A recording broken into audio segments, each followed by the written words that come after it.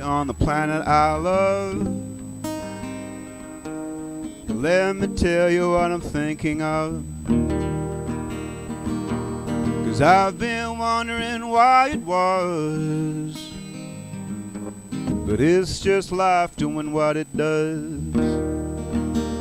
We keep trying to mess it up, they keep trying to bring us down.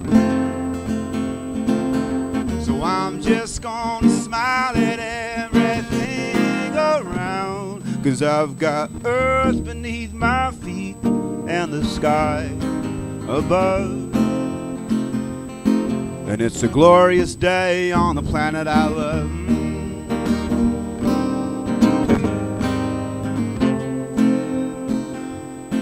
And don't tell me about someday, somehow,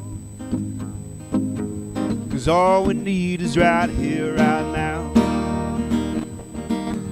I got some rhythm and I got some rhyme. I got my music and I got my mind. We were sinking in circles in prisons in the past. No, I'm just gonna be, and I'm free at last. 'Cause I've got earth beneath my feet and the sky above. And it's a glorious day on the planet I love.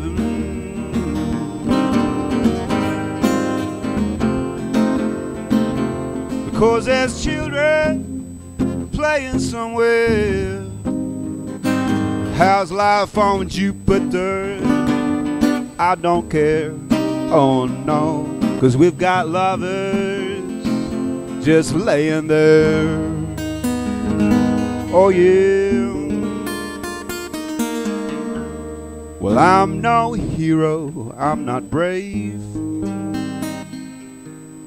I'm just tired of being afraid. 'Cause I've been wondering why it was, but it's just life doing what it does. And I've got earth beneath my feet and the sky above. We got to rise above that don't push and shove. 'Cause I've got earth beneath my feet and the sky above, oh yeah. And it's a glorious day on the planet I love. Oh, it's a glorious day, yeah. Oh, it's such a glorious day, yeah. It's such a glorious day. It's a glorious day on the planet I love. It's a glorious day on the planet I love. It's a glorious day on this here sweet planet we love.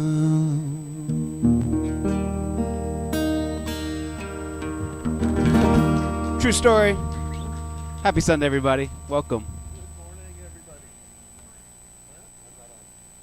Now I'm on. It's green. Good morning, everybody. It's good to see you all. Thank you for being here. Quite a day. I'm very excited. I'm excited that you guys are here and there's good things. A couple things just to take care of, a little bit of housekeeping. Two things. One is a little bit of housekeeping. How do I want to get... You know, sometimes I can be so codependent. So let me just blurt it right out. Some of y'all are being a little bit messy outside in the hall.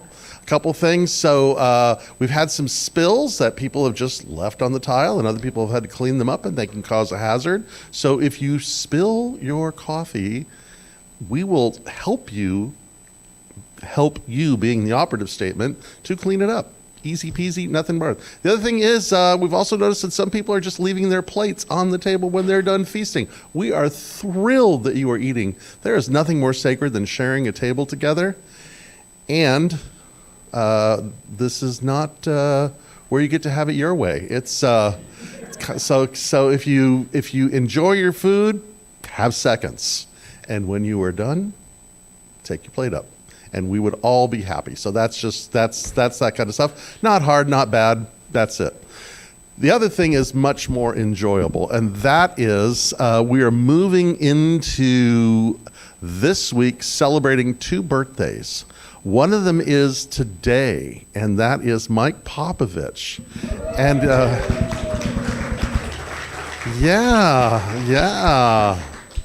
yeah, getting up there and doing well and spry and happy. And so we want to wish you a happy birthday, Mike. We're just so happy that you are with us. And, you know, there's an old esoteric saying that how you spend the first 24 hours of your birthday sets the theme for the year. So we're just glad you're with us. That's a very cool thing. And then the other birthday is on Tuesday, and that is Mark Weaver has a birthday on Tuesday. Yeah. He finally got to 40. Congratulations. Yeah. What? And Gary. I didn't forget you. I didn't know. When's your birthday? You had your birthday. Yes. Happy birthday. Happy birthday, Gary. I thought I said happy birthday to you. Yes. You're right up there with St. Francis. St. Francis is on the 5th. One of my favorite people. Yeah. A good old pantheist. I was a panpsychist, but he's a pantheist. Anybody? Who am I missing? Who's got a birthday that I'm missing? Marty has a birthday. So we kind of have a no-out policy here, that we don't out people for anything in particular. However, her husband just did it. So, and when is your birthday? When's your birthday, Marty? The 8th. So it's coming past. Yes. Good. Very good. So that's that. So happy birthday, Libras. Happy birthday to all the Libras here. Venus is your mother, so that's a fabulous thing. She's a good one. Although she did start a war over a beauty contest, but we won't get into that too far. Let's see, what else do I want to say? There was just something on the tip of my tongue that I wanted to say. And now I don't remember what it was. Day of the Dead? No, not Day of the Dead. But thank you for reminding me. Day of the Dead is Sunday, November 3rd, because the actual Day of the Dead, thank you. The actual Day of the Dead is November 2nd, but we're celebrating November 3rd. And it's a kind of a cool thing that we do. I'm really proud of that. We're going to have Enrique from Jimmy Enrique as special music. We're going to have a taco truck, and then thank you. And then probably the most important part of the whole thing is we set up an altar on the platform here, and we invite you to bring photographs or mementos of anyone who in your world who has passed, and we just celebrate that. It is said that the veil between the two worlds that we've been talking about all month is very thin. Or very permeable, viscous on that energy. And also, if you notice in a lot of indigenous cultures and in Mexico and in Latin America, one of the big things is they put marigolds out because it is said that the dead can smell the marigolds, and it allows them to kind of hone in. So we got that thing happening, and then also as many of you guys know, our beloved Vicky made her transition 2 weeks ago. And her celebration of life is going to be on Friday the November 1st, Friday, November 1st. We don't have the time yet. It's going to be in the afternoon, but we're in the making of that. We'll know the time by next week. But anyway, so we got a lot coming down. New member class is going on, and I'm going to share something in there, a tool that is the consummate tool that I shared with them, but it's too good not to share with you guys too. So that's that. Let's see what other things we got going on. Is Jim has his class happening on Sundays at 9 o'clock, and it is Ourself in the Tao, or however it is said, yes? Well-being in the Tao. Well-being in the Tao. I was telling Craig that for 2 days in a row, every morning I pull a tarot card, and for 2 days in a row I've had the exact same card, and it's one all about self-care. So like self-care is the word of the day for all of us. So well-being in the Tao, self-care in the Tao, whatever that is. And let's see, Tap Your Presence is Paul, yeah, out of sight, out of mind. Paul has meditations on Wednesday afternoons at 12:30, and it's a lovely way to just kind of sit and ground yourself. And you got an album coming out. Yeah, working on my EP and I'm really happy with it. So we'll be saying more about that soon. Yes. Good. In the next month will be new music in the ears. Okay, that's very good. Stoked. Mm-hmm. No, I'm not that organized, unfortunately. Ever the artist. Ever the artist. Yeah, ever the artist, yes. And Craig, it's always good to have you here. Craig has a poem that he's going to share in just a few minutes that just blew me out of the water. It's a fabulous poem from Rumi, so we got that going on. So happy. Anybody got any announcements? Anybody want to say anything before we jump in? I love everybody. Oh, Alicia, yes. There's a crystal and gem show at Oh, that's right. That's what it is. from 9 to 4. Yeah, it's a very cool thing. I've been to it. When I was coming in this morning, I saw that it was there. So and that reminds me. Speaking of minerals and gems, hello to the virtual world. Hello to you guys in Oregon. Just so happy that you're here, and I know some people in San Diego and even Seal Beach are watching us. So to you people, we're just thrilled that you're joining us here in one form or the other. So with that, let's jump in and do service. Craig, if you'd be so kind. Thank you, Reverend Guy. My green light's on. There we go. What a glorious day. I love that song, Lee. That's a song I keep in my mind, throughout the week. I love to sing that song. So, my name's Craig Losey. Good morning. Welcome to Hilltop Center. I'm so happy to be your practitioner in service. And as Reverend Guy referenced, we've been exploring this idea of the veil through the seen to the unseen. And this morning I went for a walk and it was so misty. I was wearing a wool sweater. It was so misty that my whole sweater absorbed like these droplets. And I was thinking about this mist as being that little veil between this world and the unseen world. So perhaps we can begin with a prayer.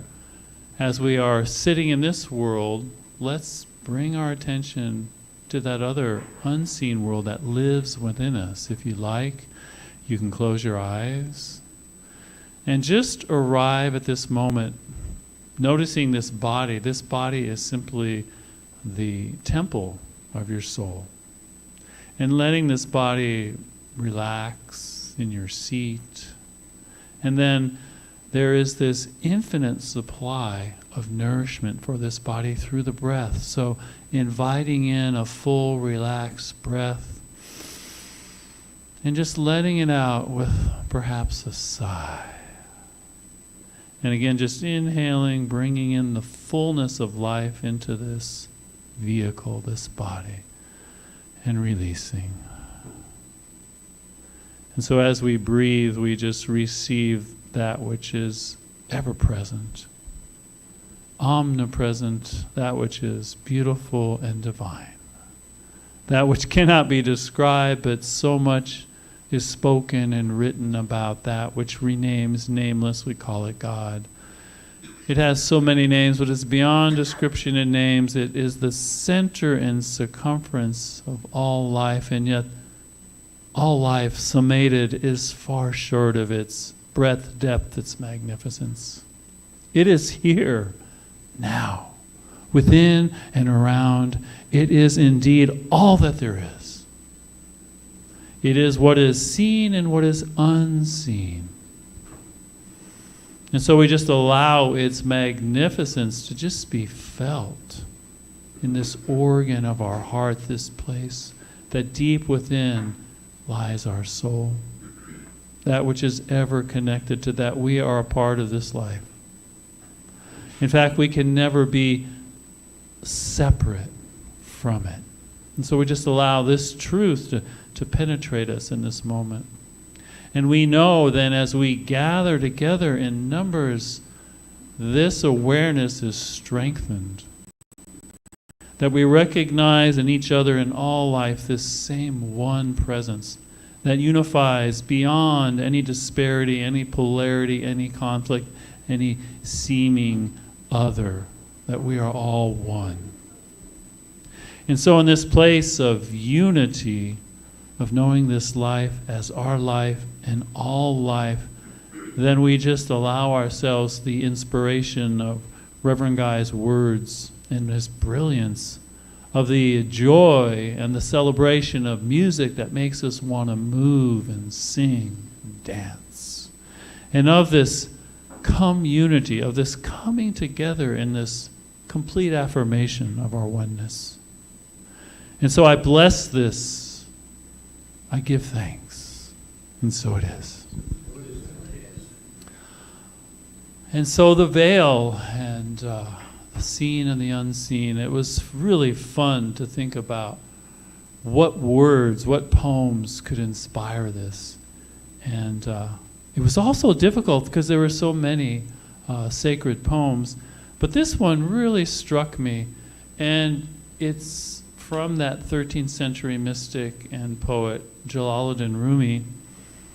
And I think what I love about it is, like so many of his poems, he's calling us into awareness that there is an aspect to our life that is this just pure spirit, this pure being, and he's inviting us to commune with it. And how is that done? You know, look at our world and all the things that are pulling us into matter, into form, into the scene. How do we do that? And it's simple in a way. It's simple in that we practice. We enter some type of practice that keeps us connected to that which isn't always obvious, that isn't always seen, but is more real than what appears to be real. And so this poem describes a Sufi practice known as sama. And sama can be done individually or collectively as we are now. And it's really often recitation of poems, usually with music, so there's a melodic nature to it, and then dancing and singing and meditation and contemplation. So that's what this poem is about. And one thing I really love is that in all traditions, usually there's this time of day that's like still. Like when I was walking this morning, it was still dark. It was so misty. And in that early morning hour, almost all faiths recognized, like, this is a good time to be practicing because the world is still and you can hear that small, quiet voice a little bit easier. So that's what this poem is about. It's called listening.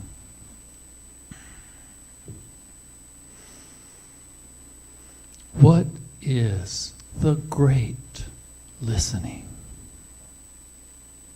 Sama is a greeting from the secret ones inside the heart. A letter.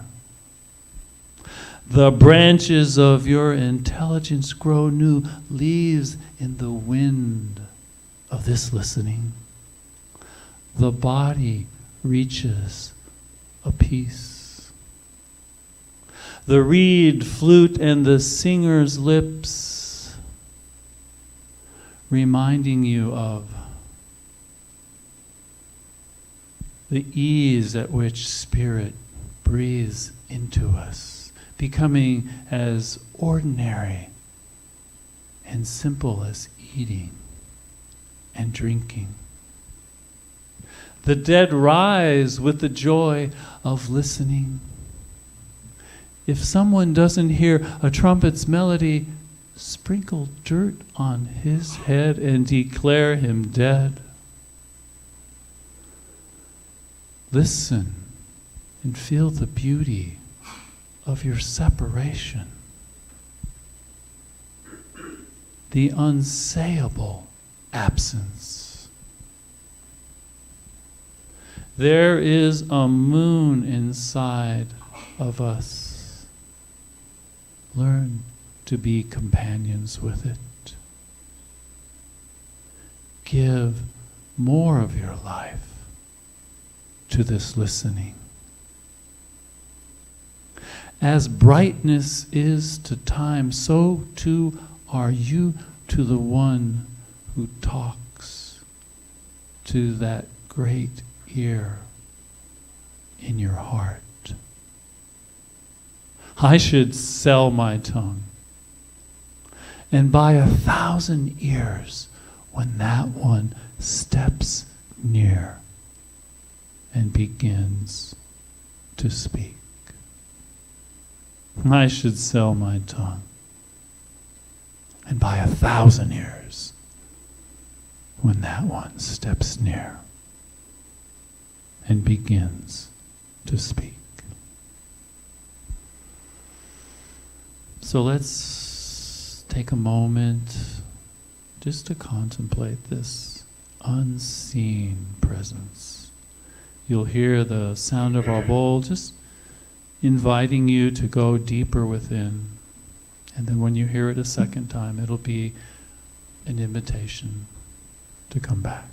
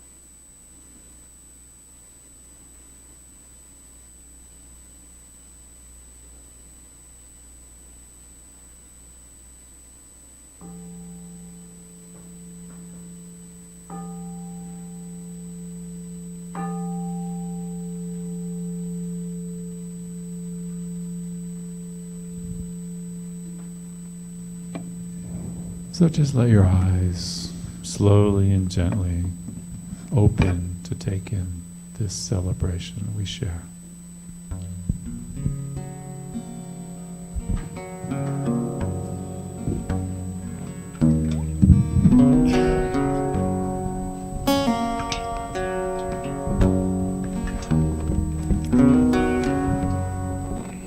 Come gather round, people,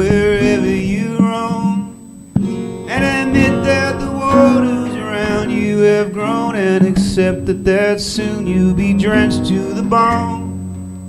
If your tiny is worth saving, then you'd better start swimming or you sink like a stone, for the times they are a-changing. Come writers and critics who prophesize with your pen, keep your eyes wide, the chance won't come again. And don't speak too soon, for the wheel's still in spin, and there's no telling who that it's naming. For the loser now will later to win, for the times they are a-changing. Come senators, congressmen, please heed the call. Don't stand in the doorways, don't block up the hall, for he who is hurt will be he who has stalled. The battle outside raging will soon shake your windows and rattle your walls, for the times they are a-changing. Mothers and fathers throughout the land, don't criticize what you can't understand. Your sons and your daughters are beyond your command. Your old road is rapidly aging. Please get out of the new one if you can't lend your hand, for the times they are a-changing. The line it is drawn, the curse it is cast. The slow one now will later be fast, as the present now will later be past. The order is rapidly fading. The first one now will later be last, for the times they are changing.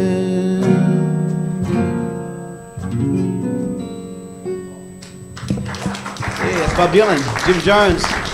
Please welcome our Reverend Dr. Guy Williams. Thank you. Thank you. Thank you for that song. There's a movie coming out. Hmm? A big Bob Dylan biopic is coming out. Yes, Yeah. I've heard that. I'm anxious about that. I can't tell you where you transported me in that song. Thank you. Yeah, because I really can't tell you where I'm at with that. We'll just let it rest at the times they are changing. Yeah, I'm kind of almost gonna tackle something in that maybe today. I'll see where I go with that. But where I want to go is our theme. And so sometimes when I'm writing a talk or giving a talk, it's a lot like flying an airplane. And I mean it like this. So there's something that gives it lift, right? That gets it up in the ground, gets it off the ground. Some clever statement. It's never a joke because my jokes, I'm the only person who thinks I'm funny. And then once it's up there, I can kind of go around. And then just landing the doggone thing is the next part. But so I was kind of struggling between two things, now three things, of how to begin the talk. And I want to start with this, a carryover from last week. So last week I was talking about chestnut trees. Do you remember that, the conversation about chestnut trees? And how the American chestnut, because of a blight, is no longer here. And it's interesting because Mike Greeley he and his wife are they're in Massachusetts, and he's been sending me all week pictures of chestnut trees. And they're just amazingly beautiful trees. But apparently they're not American chestnut trees. They're Japanese chestnut trees because the American ones have been blighted out. But after service, Matt, if I may share this, Matt and I were talking. And something that Schopenhauer says, he says, everything in the material world is a metaphor.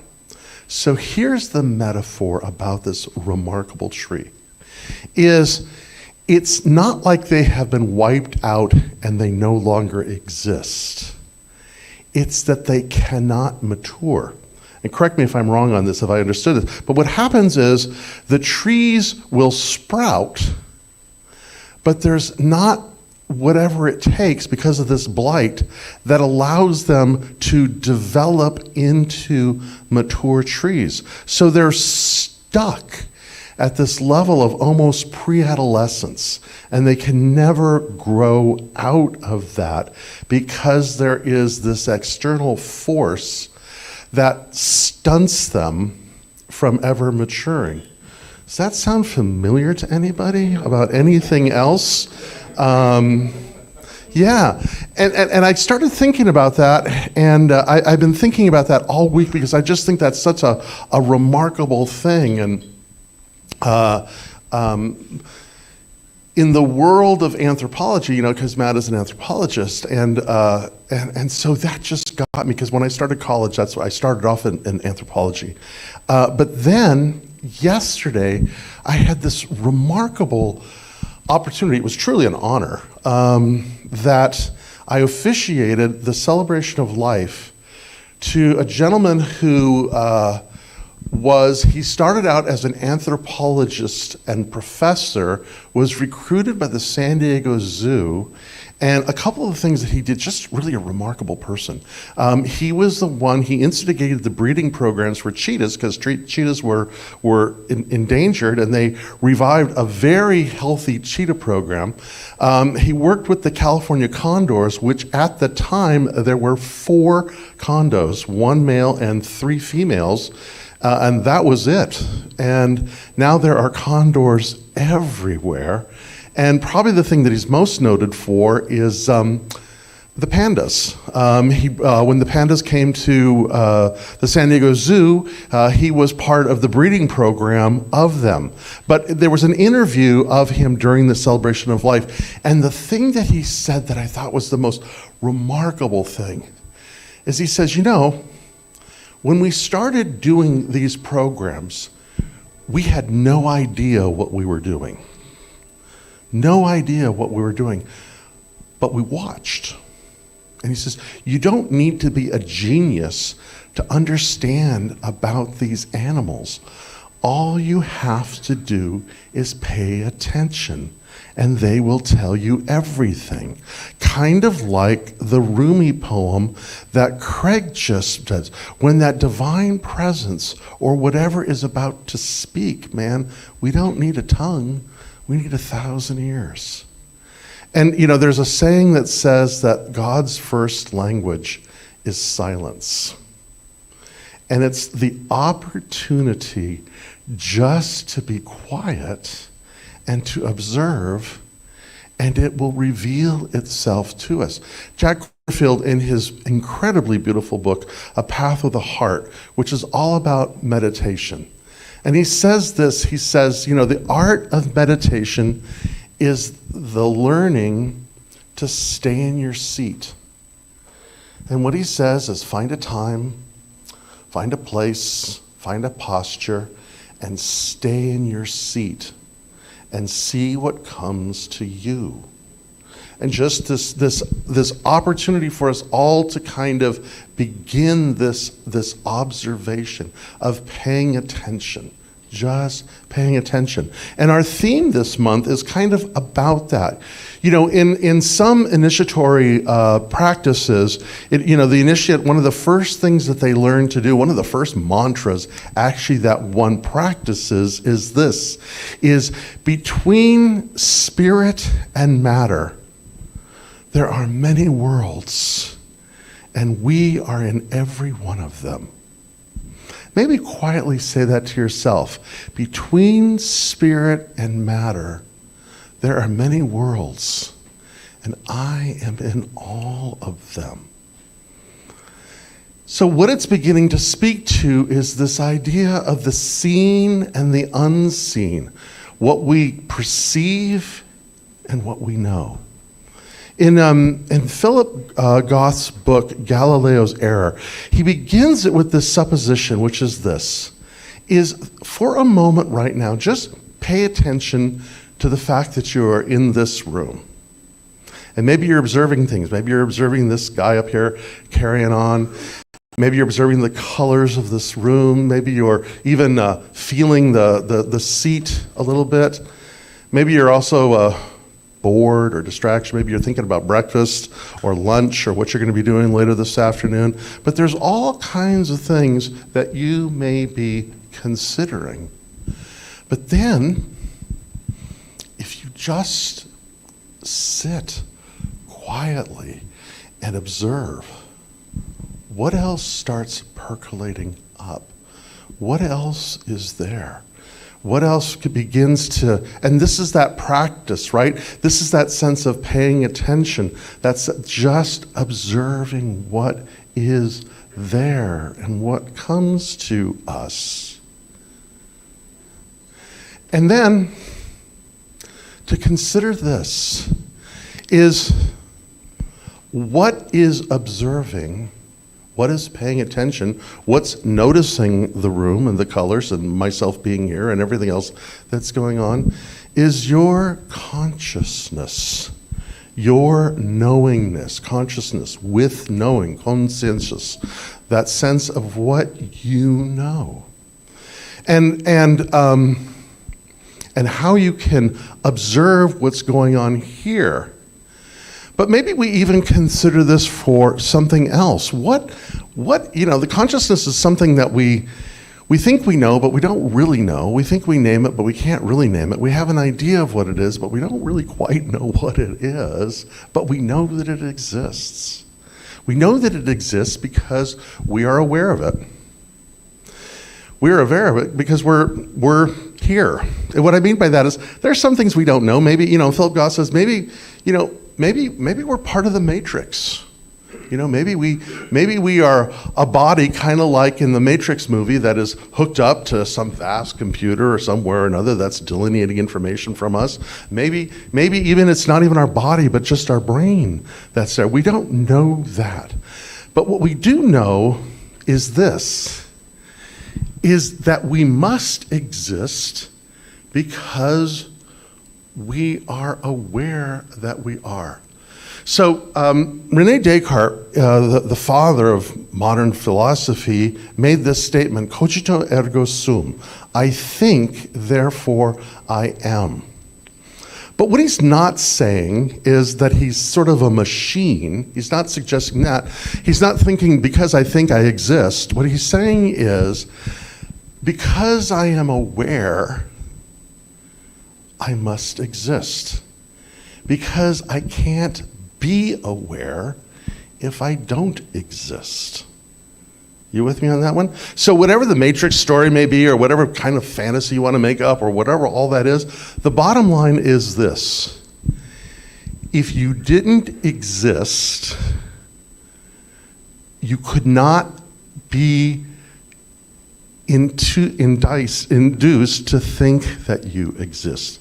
If you didn't have a consciousness, nobody could fool you into thinking you have a consciousness. Does that make sense? So the bottom line is this, is what the one thing that we do know, is that we exist. We exist because we're sitting in this room existing. And that everything that we see from there is our whole knowledge of reality is mediated through our awareness. Our whole way of understanding anything is mediated through our perception of what it is.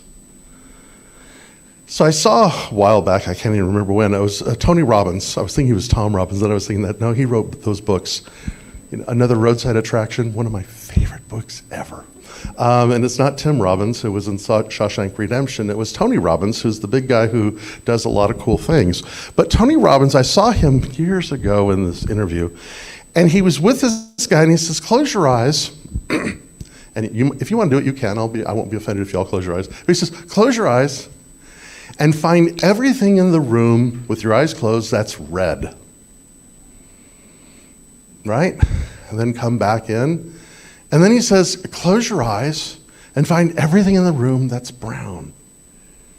And here's what's interesting is that there may be things in this room that aren't brown but are beige, and you may choose them to kind of cheat so that you can be right about finding brown. There may be things that aren't really red, they're kind of close. I'm thinking of Magdalena's blouse there. It's not really red, but it's close enough if I wanted to do it in my head.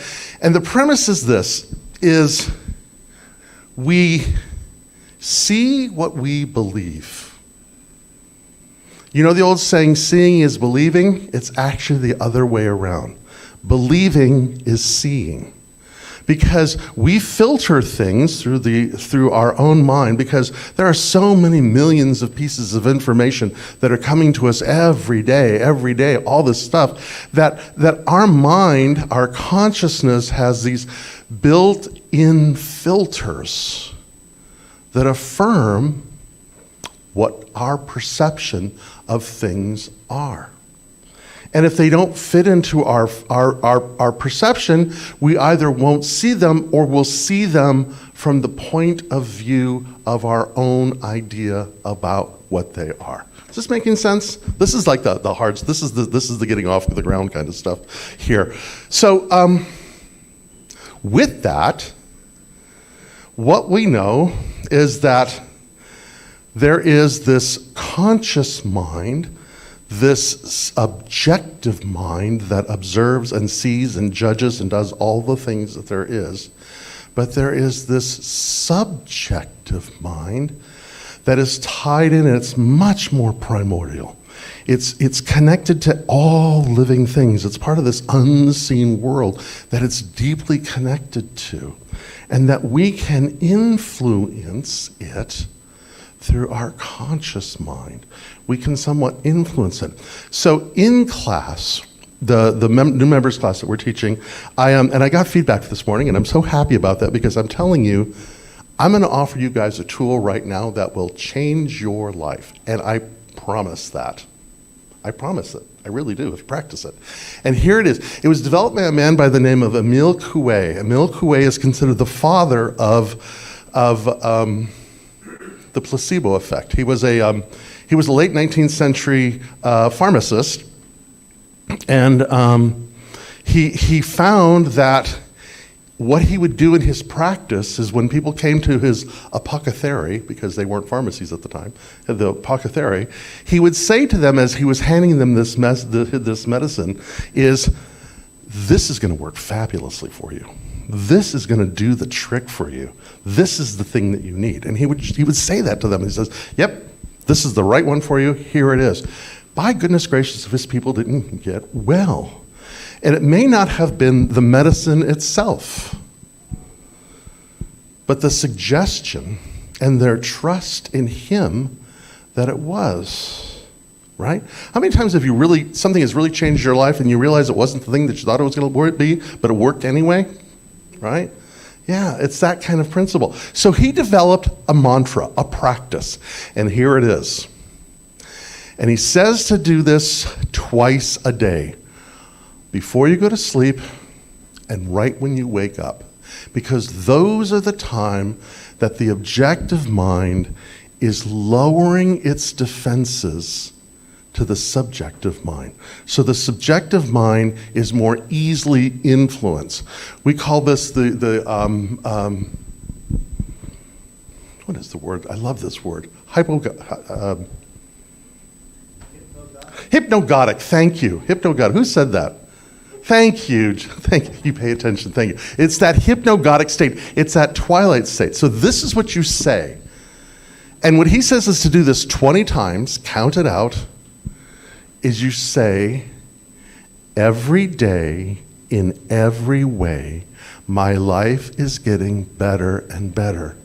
And if you forget this, go listen to Sgt. Pepper's Lonely Hearts Club Band. It's getting better all the time. Every day, in every way, my life is getting better and better. And to practice that. So when you do, because I do this a couple times and then I forget about doing it, and then I start getting grumpy, and then I start doing it again, and I notice I'm singing in the morning, or I'm doing whatever the case may be. Every day, in every way, my life is getting better and better.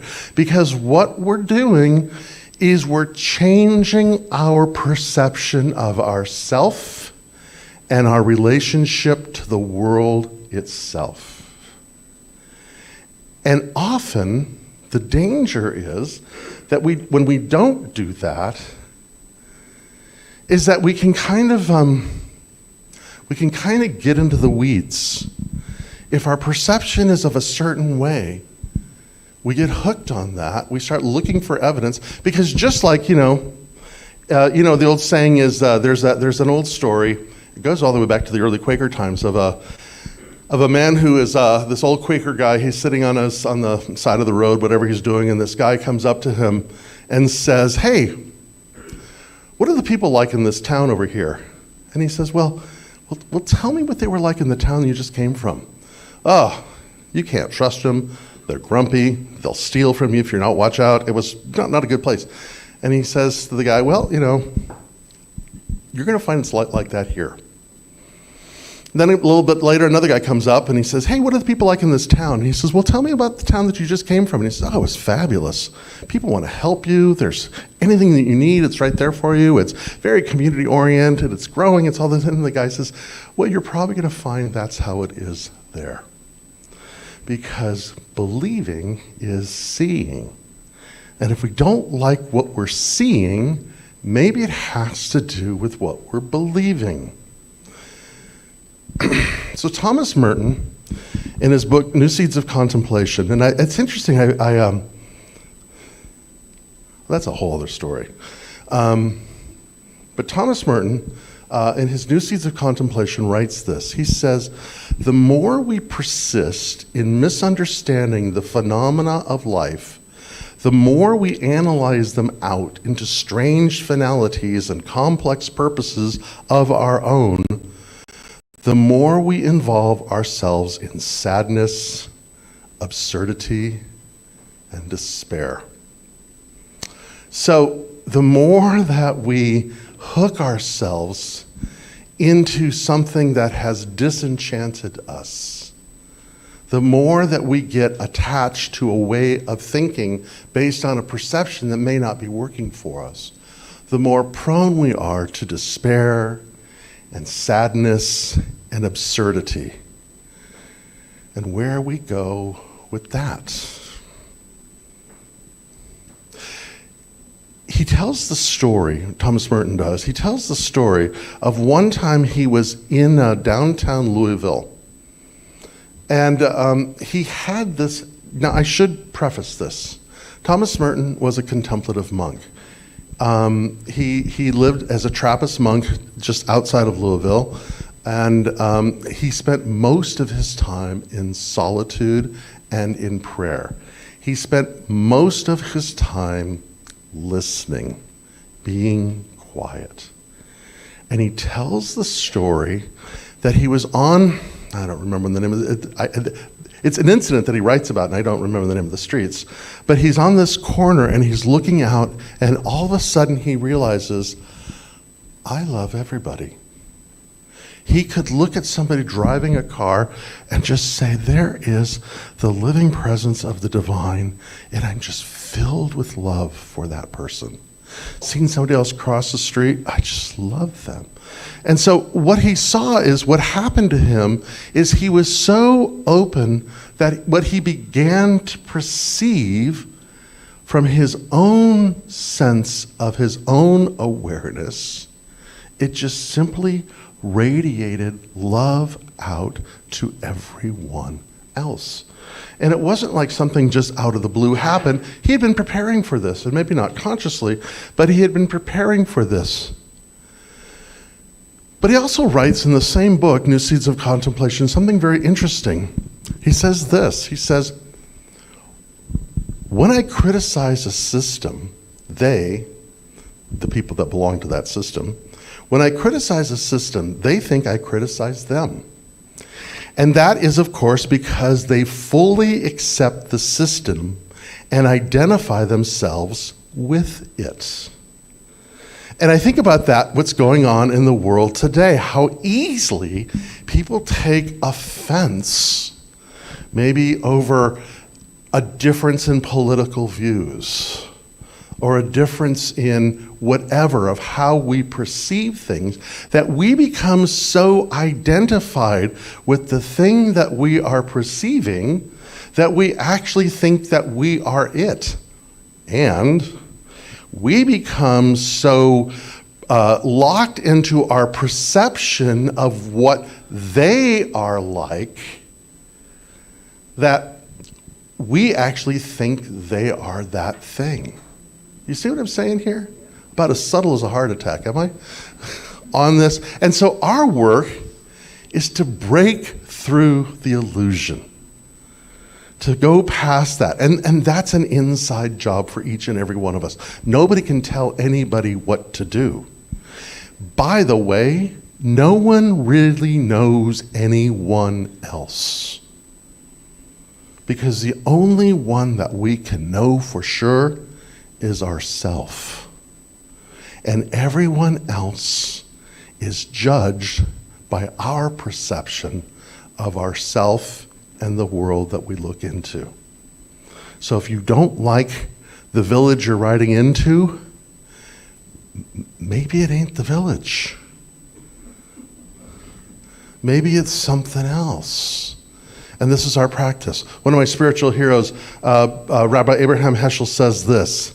He says, God is hiding in the world, and our job is to let the divine emerge through our deeds. God is hiding in the world, and our job is to let the divine emerge through our deeds. Do we practice justice? Do we practice kindness? Do we practice generosity? Can we, like Thomas Merton, look out on the street and say, man, I love each and every one that is there?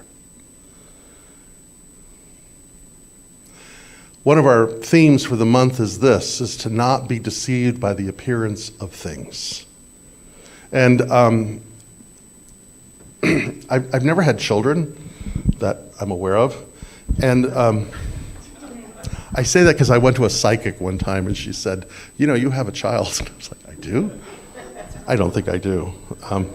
Because she said some other things that was just like, maybe I do. I mean, what a surprise that would be, right? But that's not the point.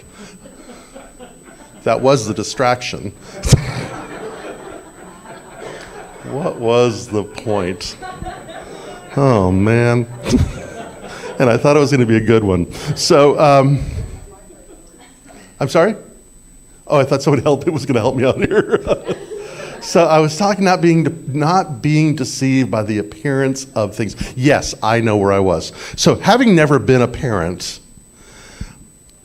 you who are parents know this better than I, but having been someone who's lived with animals of wild cats, dogs, horses, birds, fish, you know, I've had them in my life the whole time. And I think it's probably the same thing, only different by degree, which is this, is I know that the animals that I live with and have lived with have told me everything about them if I was quiet enough to pay attention. And I think it's the same thing with children. I'm guessing it is, that the child will tell you everything if you just pay attention to what they are saying. And when they are tantruming, and animals tantrum too. You guys know this, right? Animals tantrum. We have a dog who pitches fits. But animals, anything, and when they are tantruming, we're not deceived by the appearance of that. Right? We're not like, oh my God, this is a horrible animal, this is a horrible kid, I shouldn't have them, or whatever the case may be. No. We know our love that perceives them as our family, our own, our tribe, our community. We know that exists. And we're not deceived when the appearances, when they're hungry, angry, lonely, or tired, when those things show up. We don't get deceived by that because we've stayed centered in our own listening, and we're not allowing ourselves to be distracted by the behavior of the other. It all comes down to this: guard your serenity. Guard your serenity, because it is your greatest tool. And it is from your serenity that you begin to activate in the world. And how you are activating the world is creating this space for that divine presence to emerge from its hiding place. There's God. There's God. There's God. God, God, God, God, God, God. It's everywhere. So let us pray. Let us take this moment to just simply breathe. Allowing ourselves to be open. What the metaphysicians of all ages have taught us is prayer does not change the mind of God. It changes our mind. That presence of unrelenting love is always loving. There's nothing we have done, can do, or ever will do that can separate us from that unrelenting love, which is the very force, the very substance of all creation. And so we breathe into that, recognizing that beyond all appearances, all fantasies, all whatevers, we are part of this thing called life. We are known, seen, and loved by that force, the presence of the more. And that our words create worlds, as Abraham Heschel says. And so may we always be in a place of amazement and wonder and surprise. May we have 1,000 ears to listen into the silence. And may our actions bring forth the presence of the One in all creation. And with this, we are grateful, and we let it be. So it is.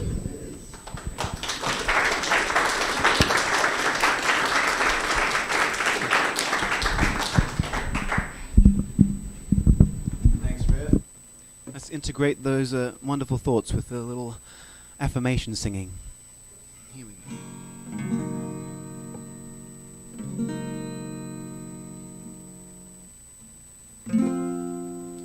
I am the light, I am the light, I am the light in this world. I am the light, I am the light, I am the light in this world. And I shine, and I shine, and I shine, and I shine so bright. And I shine, and I shine, and I shine so bright. Turn to somebody and say, you are the light, you are the light, you are the light in this world. You are the light, you are the light, you are the light in this world. And you shine, and you shine, and you shine, and you shine so bright. And you shine, and you shine, and you shine so bright. We are the light, we are the light, we are the light, we are the light in this world. We are the light, we are the light, we are the light in this world.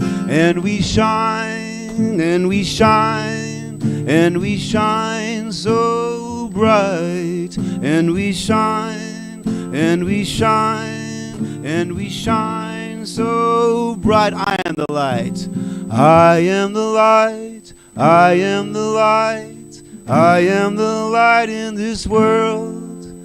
I am the light, I am the light, I am the light in this world. And we shine, and we shine, and we shine, and we shine so bright. And we shine, and we shine, and we shine so bright. We are the light, we are the light, we are the light, we are the light in this world. Here we go.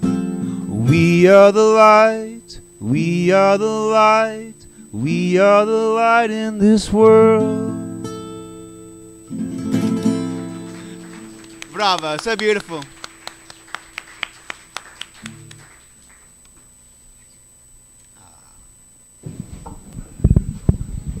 Thank you, Lee. Absolutely. Thank you, Reverend Guy. Thanks, Rev. Thank you. Oh. I don't know what to say, but thank you. That's how I feel, just sort of filled up in a way I can't really describe. But I will say, this is an opportunity now to give to this community. We call it conscious giving or tithing. It's just simply a way for whatever you feel, whatever you receive in being here. You can just let it expand. You can let it flow through you. It's just the way of this world. It's just the way that every day in every way our lives are getting better. So if you choose to give, or if you've given like online, that's the way I do it. However, just to hold that intention, that gift, that beautiful thought, that generosity, which is absolutely your true nature, just hold that to your heart, to that place where deep, deep, deep in there, your soul is alive and thriving and speaking to you. Know it comes from that place, and that it does such good things. It supports us gathering here. It supports the classes, the music, the meditation, just the sanctity, just the beauty of coming together. So it is. Thank you.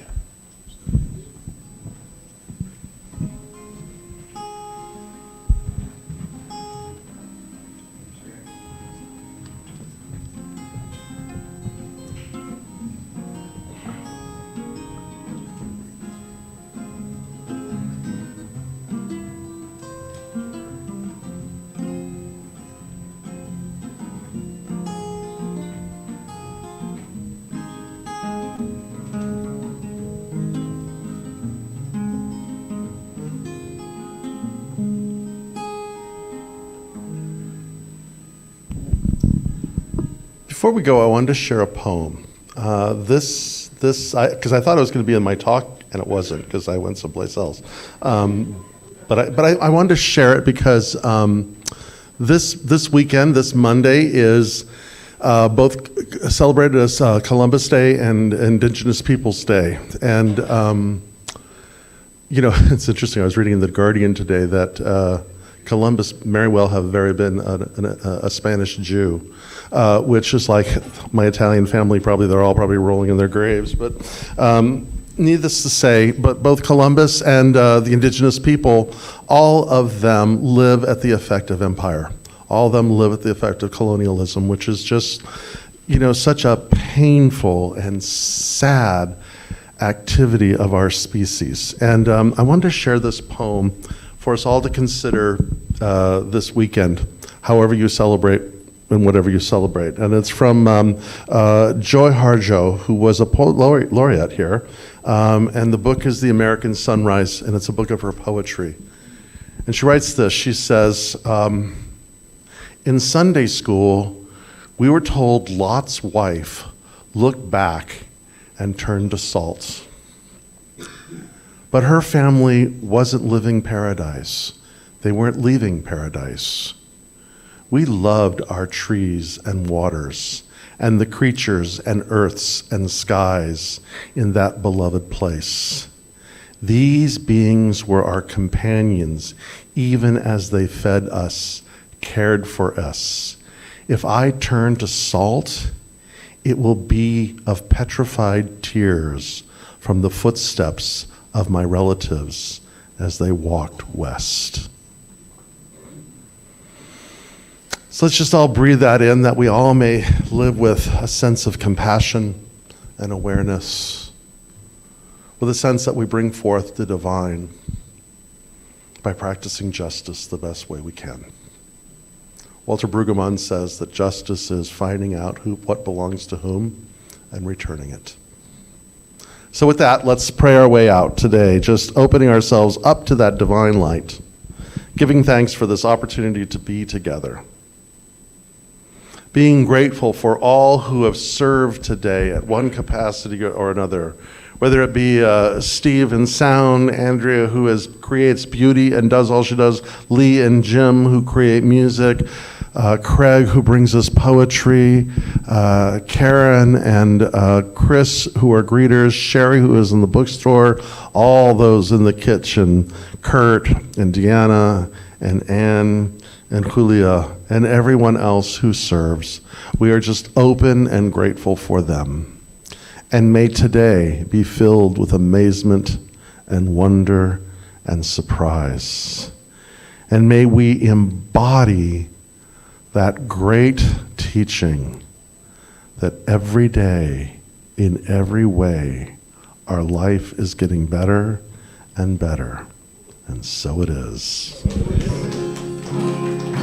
All right, I changed my song based on that last prayer because this is about equality and justice and togetherness. Here we go. And it's a sing-along. So, and the chorus goes, anyone under the sun, anyone under the moon, I send my love out to you. Oh, oh, I hope you feel some loving soon. Try that.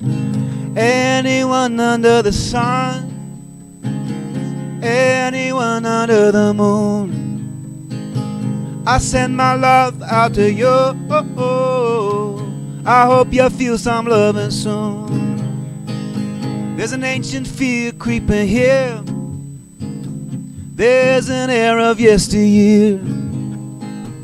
It may never disappear. Let's draw these lines so very clear. Anyone under the sun, anyone under the moon, I send my love out to you. I hope you feel some loving soon. They know just how to make us fight. Our evolution's black and white. The truth is where you shine your light, so we can see who has the right. Anyone under the sun, anyone under the moon, I send my love out to you. I hope you feel some loving soon. They say we got these separate ways, then you watch how power plays. Now all I know and all I see is I am you and you are me. Anyone under the sun, anyone under the moon, I send my love out to you. I hope y'all feel some loving soon. I send my love out to you. I hope you feel some loving soon. Happy Sunday, everybody. Much love. I have a quick announcement. We forgot to let you know that there is a prayer circle a little bit after service. In other words, you'll have a chance to get something to drink, something to eat, and then I'll just come around and invite you into the Emerson room if you want support in anything, or if you just want an affirmation of how your life is getting better and better in every way. Thank you.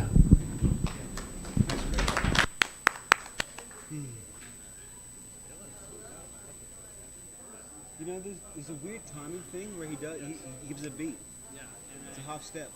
and I felt like I had it, and then I did. And I'm like, why is it not having this problem? We played it in the rehearsal. Yeah, you know what it is? It's this weird. It's a third line, so it goes together around people very wrong, and then